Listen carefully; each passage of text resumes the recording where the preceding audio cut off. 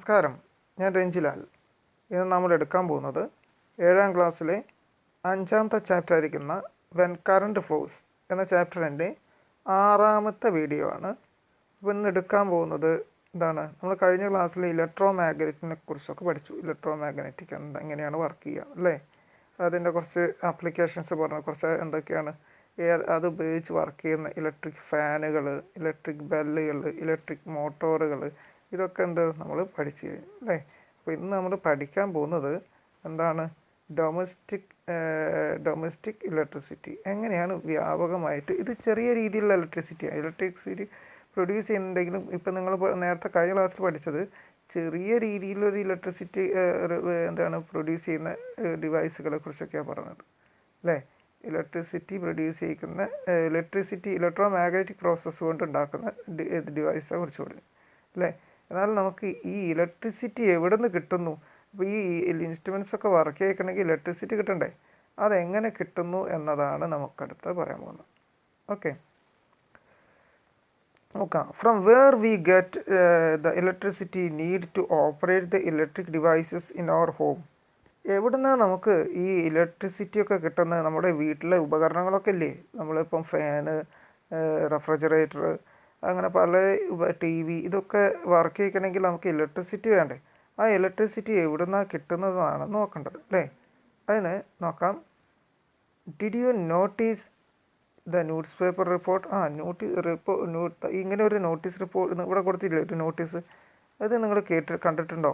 അതായത് water level in the dam goes down, load shedding likely. അതായത് എന്താണ്, നിങ്ങളിപ്പം കുറച്ച് കഴിഞ്ഞാൽ ഇപ്പം വേനൽക്കാലമൊക്കെ ആയി വരുന്ന സമയത്ത് നിങ്ങൾ എന്ത് ചെയ്യും, നമ്മുടെ ഡാമിലൊക്കെ വെള്ളം കുറയും അല്ലേ.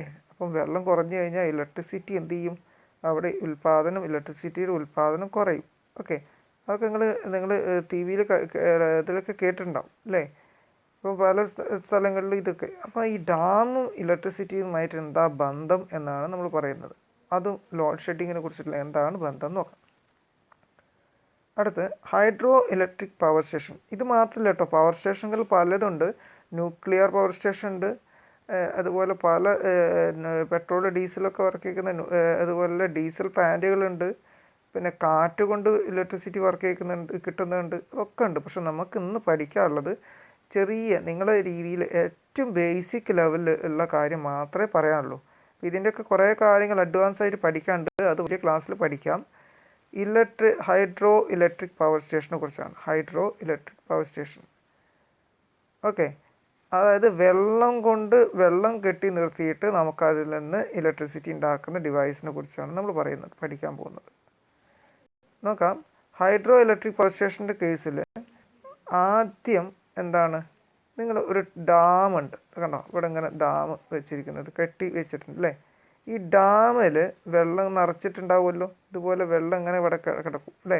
അപ്പോൾ ഒരു കെട്ടി വെച്ച് കഴിഞ്ഞാൽ ഇത് വലിയൊരു മതിൽ പോലെ കെട്ടി വെച്ചിരിക്കുക. ആ ഡാമിൽ ഒരുപാട് വെള്ളമുണ്ട്.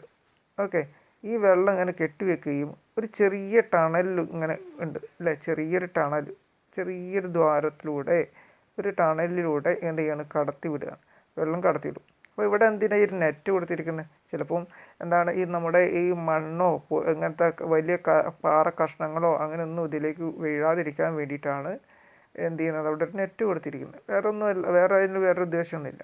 അങ്ങനെ ഈ വെള്ളം എന്തിലൂടെ, ആ ടണലിലൂടെ വന്നിട്ട് ഒരു ടർബൈൻ ഉണ്ട്. ടർബൈൻ എന്ന് പറഞ്ഞാൽ എന്താ, സാധാരണ പോലെ അപ്പം ഇങ്ങനെ ഒരു ഇതുണ്ട് വിചാരിക്കുക, 4-5 ഇതൾ പോലെ കിടക്കും അല്ലേ, ഒരു ഫാന് പോലെ, സിമ്പിൾ പറഞ്ഞാൽ ഒരു ഫാന് പോലെ ഉണ്ടാവും. അപ്പോൾ ഇതിങ്ങനെ 3 ഡയമെൻഷനിൽ നിങ്ങൾ ഫിഗർ ചിന്തിക്കണേ. അതായത് ഇങ്ങനെ, അപ്പോൾ ഇങ്ങനെ ഇതിലേക്ക് ഇങ്ങനെ ഉണ്ടാകുക. അപ്പോൾ വെള്ളം ഇങ്ങനെ വന്നിട്ട് വെള്ളത്തിൻ്റെ ഡ്രോപ്പുകൾ ഇങ്ങനെ വന്നിട്ട് ഇതിലേക്ക് വന്ന് പതിക്കും ഈ ഒരു ടർബൈനിൽ. അപ്പോൾ എന്ത് ചെയ്യും, ഈ ടർബൈനിൽ ഇതെങ്ങനെ ഇങ്ങോട്ട് കറങ്ങും. വെള്ളം ഇങ്ങനെ വന്നിട്ട് വെള്ളം ഇവിടെ വീഴുകയാണെങ്കിൽ എന്ത് ചെയ്യും, വെള്ളം ഇങ്ങനെ വീഴുകയാണെങ്കിൽ എന്ത് ചെയ്യും, ഈ ലീഫ് മാറിയിട്ട് ഇങ്ങോട്ട് തിരിയും അല്ലേ. അപ്പോൾ അടുത്ത ലീഫ് ഇവിടേക്ക് വരും അല്ലേ. അതിൻ്റെ ഒരു എന്ത് ചെയ്യും, അടുത്ത ലീഫ് മീൻസ് അത് ഇതൾ എന്ത് ചെയ്യും, അടുത്ത് വരും. ഇത് കറങ്ങുന്ന പമ്പരം പോലെയാണല്ലോ. ഈ പമ്പരത്തിൻ്റെ മുകളിലേക്ക് പിന്നെയും വെള്ളം വീഴുകയാണെങ്കിൽ എന്ത് ചെയ്യും, അടുത്ത ലീഫാകും. ഇങ്ങനെ കറങ്ങിക്കൊണ്ടേയിരിക്കും. ഓക്കെ, അങ്ങനത്തെ ഒരു ലീഫാണ് ഇവിടെ വെച്ചിരിക്കുന്നത്. ഓക്കെ, ഇതിനെയാണ് നമ്മൾ ടർബൈൻ എന്ന് പറയാം.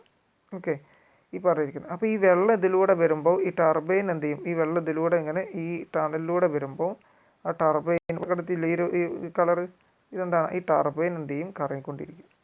ഓക്കെ, ടർബൈൻ കറങ്ങി ഈ വെള്ളം അവിടെ നിൽക്കില്ല കേട്ടോ, വെള്ളം എന്ത് ചെയ്യും, ഇതിലൂടെ ഒഴുകിയിട്ട് പുറത്തേക്ക് പോവുകയും ചെയ്യും. ഓക്കെ, അപ്പോൾ ഈ ടർബൈൻ കറങ്ങുമ്പോൾ നമ്മൾ പറഞ്ഞിട്ടുണ്ട്, ടർബൈൻ ഇങ്ങനെ കറങ്ങുമ്പോൾ ഈ ടർബൈൻ്റെ ഇതുമായിട്ട് ബന്ധപ്പെട്ടിരിക്കുന്ന കുറച്ച് ഭാഗമുണ്ട്, ആർമേച്ചർ എന്നൊക്കെ പറയും, വലിയ ക്ലാസ് പഠിക്കാം. ഓക്കെ, അപ്പോൾ ഇതെന്ത് ചെയ്യും, ഇതിനോട് ബന്ധപ്പെട്ട ഒരുപാട് ഒരു മാഗ്നറ്റ് ഉണ്ടാവും. ഇത് ഈ മോട്ടർ പോലത്തെ സാധനം തന്നെ, ഇതിൻ്റെ ഉള്ളിൽ മാഗ്നറ്റ് ഉണ്ടാവും. ഈ സാധനം എന്ത് ചെയ്യും, കറങ്ങിക്കൊണ്ടിരിക്കും. ഈ പറഞ്ഞിരിക്കുന്ന ആർമേച്ചർ എന്ത് ചെയ്യും, ഈ ഭാഗം എന്ത് ചെയ്യും, കറങ്ങിക്കൊണ്ടിരിക്കും. ഓക്കെ, ഈ ഭാഗം എന്ത് ചെയ്യും, കറങ്ങും. ഈ കറങ്ങുന്നതിൻ്റെ ഫലമായിട്ട് ഇതിൽ കുറേ ഈ എന്താ പറയുക, കുറേ ചുറ്റുകളായിട്ട് വെച്ചിട്ടുണ്ടാകുക. ഓക്കെ, കുറേ ഈ കമ്പി ചുറ്റുകളാണ് ഇതിൻ്റെ ഉള്ളിൽ ഉണ്ടാകുക.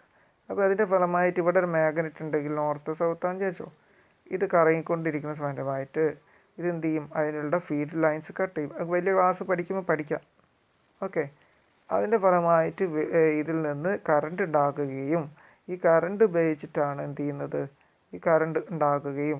ഓക്കെ, കറണ്ട് ഉണ്ടായി കഴിഞ്ഞാൽ നമ്മൾ ഇവിടെ ഈ പവർ ഇങ്ങനെ ഉണ്ടാക്കി കിട്ടുന്ന പവർ ഇതുപോലെ എന്താണ് ഒരു വയറൊക്കെ കൊടുത്തിട്ട് സബ്സ്റ്റേഷനിലേക്ക് പോകും. അപ്പോൾ ഈ പറഞ്ഞിരിക്കുന്ന ഈ ടർബൈൻ ഇതൊക്കെ നടക്കുന്ന സ്ഥലത്തെ മെയിൻ സ്റ്റേഷനാണ് വൈദ്യുതി ഉണ്ടാക്കുന്ന സ്ഥലം. അവിടെ നിന്ന് നിങ്ങളെ നിങ്ങൾ പല സ്ഥലങ്ങളിൽ നിങ്ങളെ അടുത്തൊക്കെ ഇതേപോലെ ഈ വൈദ്യുതി എത്തിച്ചു കഴിഞ്ഞിട്ട് അവിടെ നിന്നാണ് നമുക്ക് ഇവിടെ കിട്ടുന്നത്. അതിനാണ് നമ്മൾ സബ്സ്റ്റേഷൻ.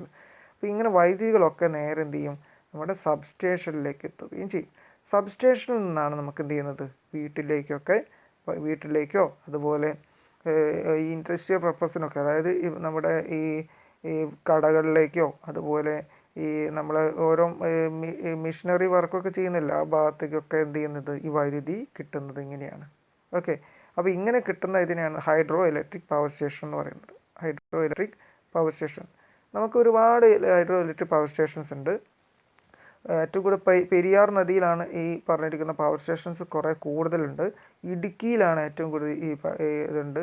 ഓക്കെ, ഒരുപാട് പവർ സ്റ്റേഷൻസ് നമുക്കുണ്ട്, ഹൈഡ്രോ ഇലക്ട്രിക് പവർ സ്റ്റേഷൻ ഉണ്ട്. ഓക്കെ, ഒരു ഉദാഹരണമാണ് നമ്മൾ ഇടുക്കിയിൽ നമ്മൾ ഈ ആർച്ച് ഡാം കൊണ്ട് വെച്ചിരിക്കുന്നത്. ഓക്കെ, അങ്ങനെ പല പവർ സ്റ്റേഷനുകളും നമുക്കിവിടെ നിലവിലുണ്ട്. ഇത് നമ്മുടെ വെള്ളം കെട്ടി വെച്ചിട്ടുണ്ടാക്കുന്ന പവർ സ്റ്റേഷനെ കുറിച്ചാണ് പറഞ്ഞത്. ഇത് കൂടാതെ നമുക്ക് എന്തൊക്കെ ഉണ്ട്, നമുക്ക് ഈ ന്യൂക്ലിയർ, നമുക്ക് വലിയ ക്ലാസ് പറയാം, ന്യൂക്ലിയർ പവർ സ്റ്റേഷൻ എന്ന് പറഞ്ഞാൽ ന്യൂക്ലിയസിൻ്റെ ഉള്ളിലൊക്കെ പഠിക്കുന്നുണ്ട്, വലിയ ക്ലാസ് പഠിക്കാനുണ്ട്, അങ്ങനെ കിട്ടുന്നുണ്ട്. പിന്നെ കാറ്റിലൂടെ വൈദ്യുതി ഉണ്ടാക്കുന്നുണ്ട്, അതൊക്കെ നമുക്ക് വലിയ ക്ലാസ് കുറച്ചുകൂടി കഴിഞ്ഞാൽ പഠിക്കാനുണ്ട്, കാറ്റിലൂടെ വൈദ്യുതി ഉണ്ടാക്കാം. ഓക്കെ, പിന്നെ ഡീസൽ പെട്രോളൊക്കെ കത്തിക്കൂലേ, അതുപോലെ അതിൻ്റെ ഉള്ളിൽ അങ്ങനെ നടത്തുന്ന ഒരു പവർ സ്റ്റേഷൻസ് ഉണ്ട്. അങ്ങനെ പല വിധത്തിലുള്ള പവർ സ്റ്റേഷൻസുകളും ഉണ്ട്. അപ്പോൾ നിങ്ങൾ പഠിക്കേണ്ടത് ഹൈഡ്രോ ഇലക്ട്രിക് പവർ സ്റ്റേഷനാണ്, വെള്ളം കെട്ടി വെച്ചിട്ടുണ്ടാക്കിയിരിക്കുന്ന വൈദ്യുതി ഉണ്ടാക്കുന്ന മെത്തേഡാണ് ഇത്. ഓക്കെ, നമ്മുടെ നാട്ടിൽ ഏറ്റവും കൂടുതൽ ഈ ഹൈഡ്രോ ഇലക്ട്രിക് പവർ സ്റ്റേഷനാണുള്ളത്. ഓക്കെ, അപ്പം ഇന്ന് നമ്മൾ എന്താ പഠിച്ചത്, ഹൈഡ്രോ ഇലക്ട്രിക് പവർ സ്റ്റേഷനെ കുറിച്ചൊക്കെയാണ് പഠിച്ചത്. അപ്പോൾ ഇനി അടുത്ത ക്ലാസ് നമുക്ക് നെവർ വേസ്റ്റ് ഇലക്ട്രിസിറ്റി എന്ന് പറഞ്ഞാൽ, അതായത് നമുക്ക് ഇലക്ട്രിസിറ്റിയുടെ വേസ്റ്റ് ചെയ്താൽ എന്തൊക്കെ ബുദ്ധിമുട്ടുകളാണ്, എന്തൊക്കെ നല്ലതാണോ ചീത്തയാണോ എന്നൊക്കെ ആണ് നമുക്ക് അടുത്ത ക്ലാസ്സിൽ പഠിക്കാനുള്ളത്. Okay, thank you.